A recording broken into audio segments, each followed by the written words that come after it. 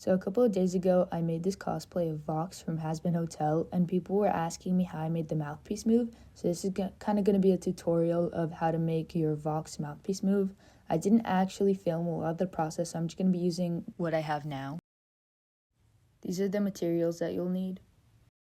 So you're going to need a cardboard box. The height and width should both be bigger than the height and width of your head, and the length should be similar to the one in the video.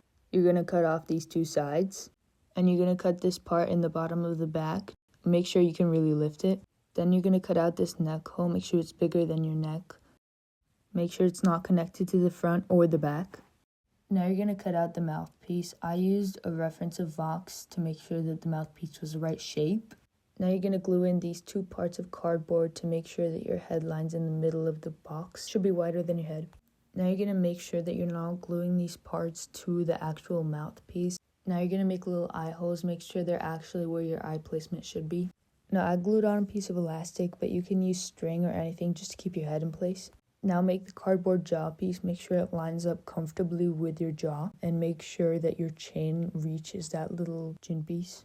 Now take two little pieces of cardboard and glue them onto that jaw piece. Make sure that it connects to the mouthpiece of Vox. Now you're going to make small holes at the ends of the jaw piece. Cut up your pencils and put it through the holes in the jaw piece and the sides. Then pile glue on the end so it stays. Make sure you've glued both of the ends so they don't move around. Do that for the other side too. Now just test and make sure your mouthpiece moves correctly from both sides. Now grab a piece of elastic and put it on the front of the jaw piece. Make sure it's very tight. Now do that for both sides and then test out your jaw piece. Make sure it swings back up. I just used this little string I could put on my teeth to make sure that it was actually coming up with my jaw. Now take a piece of paper and trace and cut to the shape of the mouthpiece. And make sure you save the lower mouthpiece. Then paint it blue and glue it onto the upper cardboard. And make sure you have this little slit in the middle to make sure that your jaw piece can move in and out of it. Make sure it's as wide as the little cardboard pieces of the mouthpiece and long enough to be where the edge of it sits. Now you can use a reference of Vox to paint the rest of the head.